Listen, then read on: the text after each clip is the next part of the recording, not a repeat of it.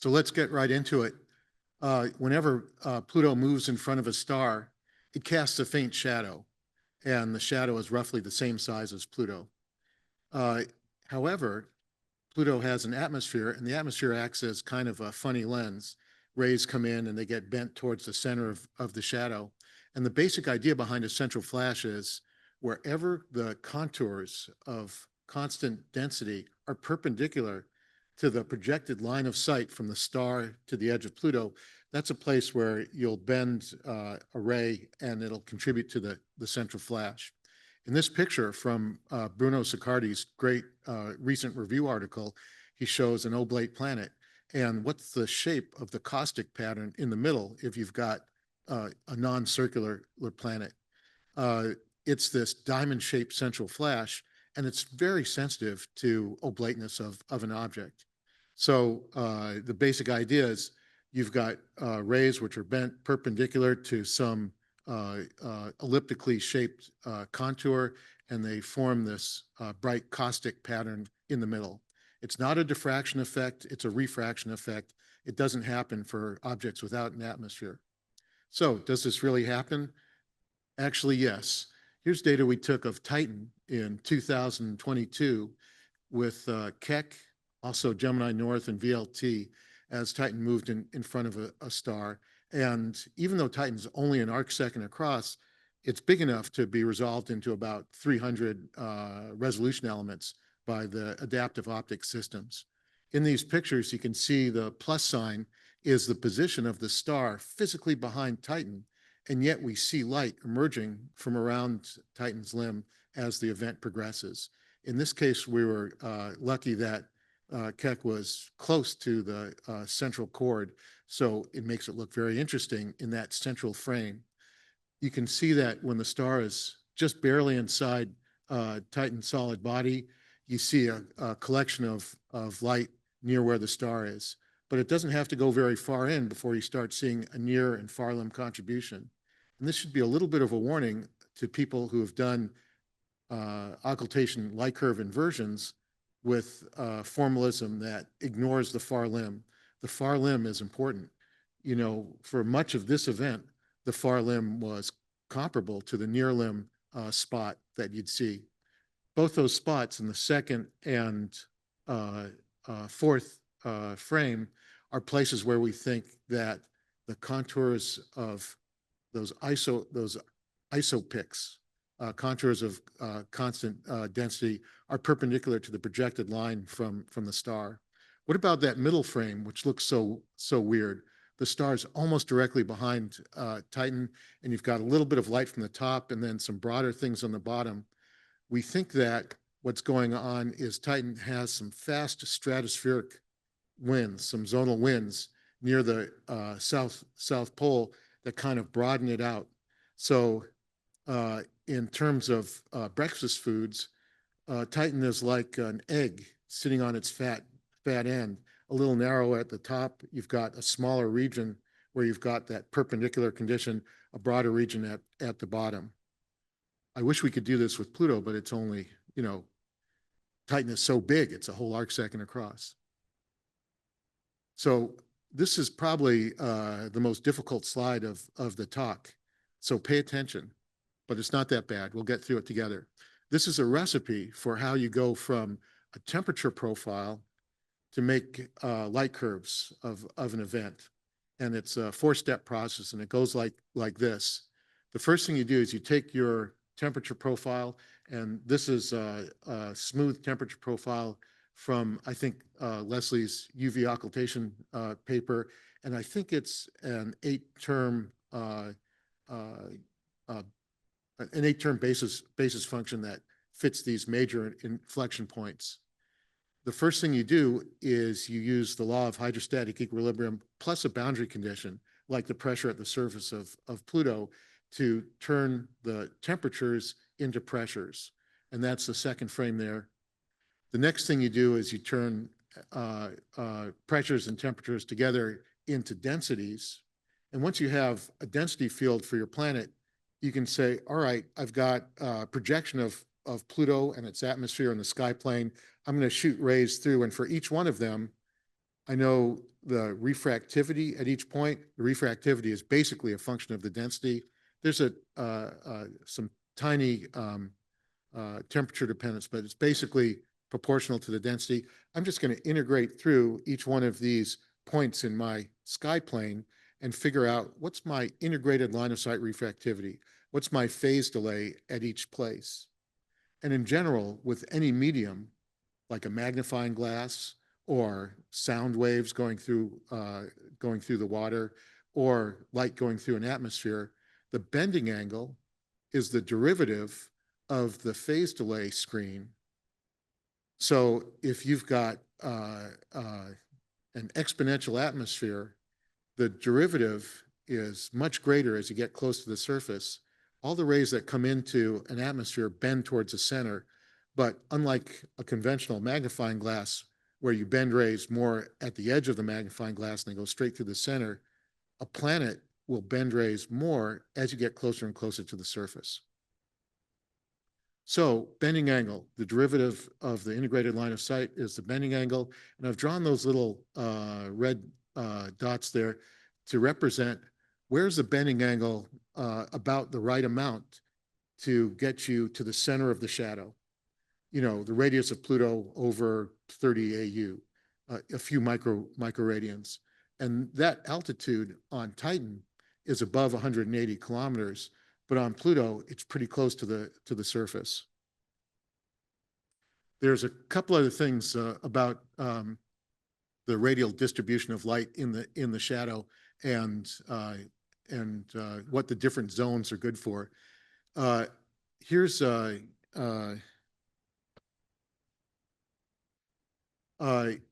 just a survey in terms of what happens when you change the surface pressure or you change the haze opacity. And in both cases, you can affect the height of a central flash, but haze can sure knock down the central flash effectively, but haze doesn't affect the shoulder very much. That's just too high up in Pluto's atmosphere. So it helps if you want to separate haze and the temperature profile to have observations in at least two channels, but you can still do some pretty good separation if you've got a nice, good signal and noise light curve, and you can make some assumptions from the zone 3, the shoulder, versus the center.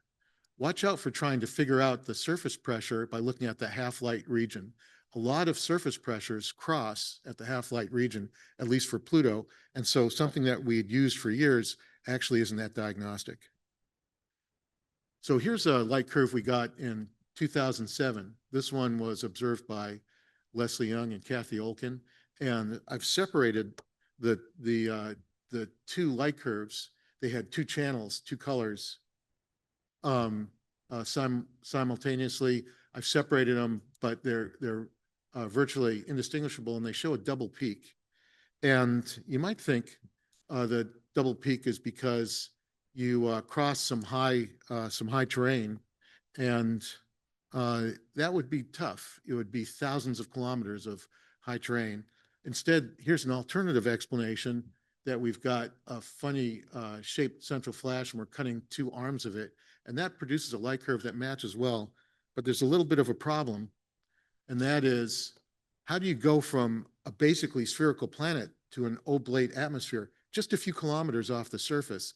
I haven't figured out a way to do it without getting these black bananas of death, places where the shadow has no flux as you try and, go from that spherical to oblate transition. And we've never seen dropouts like that in real life. So although this explanation might be right, I doubt it. And I think the way to tackle this problem is to look at events where we've got a nice picket fence of central flash observations and see what their shape is. Unfortunately, the one double peak example we have in 2007 just had one station. Here's a station. Here's two stations we had in 2018 in near Alice, Texas, and this was the prediction. One just a few kilometers north of the center line, another one 70 kilometers south. And in fact, we can use the central flashes to get really exquisite geometry of the event. When we move the model sites by 500 meters, it makes sort of 10% changes in the height of the central flash. So we can really nail down our geometry well. And it turns out that that center line actually went 6 kilometers north of Brian Keeney's Lake Corpus Christi event. There's one thing though, and that is if you look at a model from the Rex thermal profile and compare it to the data that we saw, the 2015 model is definitely wider than the data we saw in 2018 and even more so in 2022. So it makes you wonder, how could you do this? What could cause it? Emmanuel Alouche took ALMA observations in 2017 and generated a host of thermal profiles at different latitudes. And so we wondered if any of these would explain the narrow data that we see later. And the answer is no. They all generate similar central flashes. There are other changes in the light curves, but these are all similar. And that turns out not to be really a surprise. If you do an experiment where you add haze and you say, all right, let's say we've got a ton of haze, but it only goes up to 3 kilometers or 4 kilometers or 5 kilometers, then you can see that having a haze cap below 5 kilometers versus no haze, you get almost the same central flash. But you go up, from 5.4 to 5.5, all of a sudden that central flash disappears. This was kind of a surprise, but maybe it shouldn't have been. It means that a lot of the light feeding the central flash comes from a very narrow annulus, maybe less than 1/10 of a kilometer in width. And so the light feeding the central flash, 2 important points. It's close to the surface and it comes from a pretty narrow region. And here's an in-between case. What about the difference between the Rex data, the ingress and the egress? They found a little hook in Dave Hinson's paper, a little thermal inversion 3 kilometers from the surface, but not in the egress. I used Catmull-Ram splines because I thought they would have the property of being able to change nodes without changing the rest of the curve too much. So as a way to do local simulations. Here's an example of the profile with the almost invisible hook at the bottom and where entry and exit were in the Rex data. And if you look at the no hook versus hook case, it does give you a change in the width, even though it's that close to the surface, and a small but observable change in the height of the light curve. In other words, we're sensitive to changes in the thermal profile in that bottom 3 kilometers. And I think that's fascinating if you're, let's say, comparing your observations to a model that's got a heartbeat, predicted upwelling or downwelling on diurnal timescales. It's something we could actually think about viewing. We can look that close to the surface. So my parting thoughts, we've got motivation to look for things that might happen close to the surface. They're not impossible for us to observe. Oblateness might be an explanation. We need to look at it with 2018 and 2022 picket fences, and we probe very close to the surface. Thanks.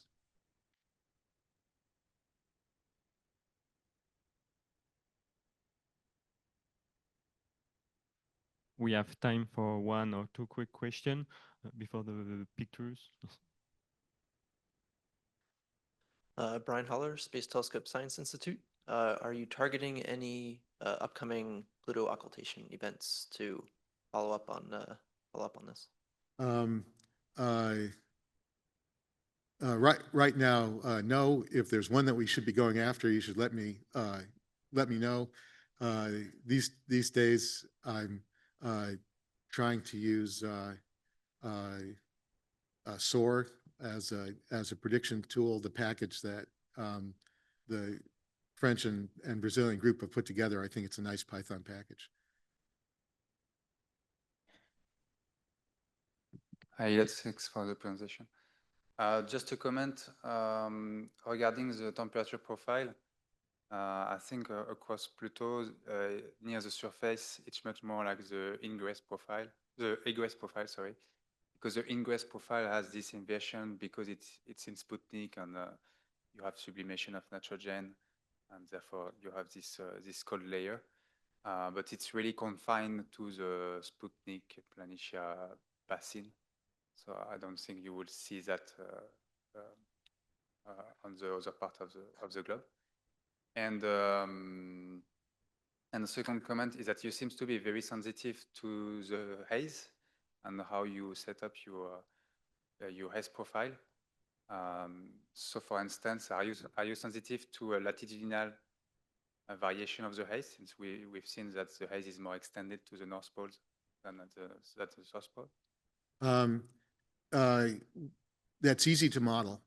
So yes, we should be able to sense that. If you've got an ingress and an egress that are at different latitudes, you should be able to fit those separately. In this case, my haze model is incredibly simple. I pick a surface extinction and then a scale height of 40 kilometers. But both the surface extinction and the scale height and the haze doesn't have to be exponential. You know, we've seen a few pictures where it almost certainly isn't exponential. And the crisp, how do you say the word for dusk in French? The rays that come through, crepuscular, thank you, show that you see on Pluto haze down to a certain level, and then you don't see the path of those rays.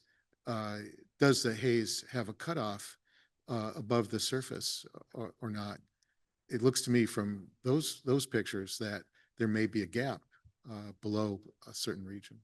So do you think that if you refine your haze model a little bit, you will be able to explain perfectly the observation? We have a couple of data sets and 2 wavelengths. I think that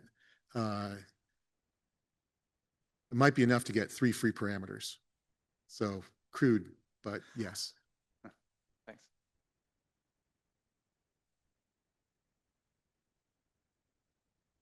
Quick question. Eliot, this is very naive, but that central flash on the lower left-hand side, seems to have more light intensity than the ambient background of the ambient level of the star. Yes. Can you explain why? It's because even though planets are crummy lenses, when you take an annulus that focuses light into the center, you can get much brighter than the out of event. You know, you're effectively using a ring of the planet's atmosphere as a big collecting area. And on Titan, there are places where you see, and we've got one from 2022, places where the site closest to the central cord gets a peak that is 3 or 4 times brighter than the out of event flux. In Bruno's article, he talks about what the theoretical maximum is, but it's pretty shocking how bright scintillation events or central flashes can be when you're using some big ring as your focusing area. So the sort of the illumination aperture that you're able to collect light from increases by the planetary atmosphere substantially then. Yeah, it's an enormous but really inefficient lens. Thank you. Yeah.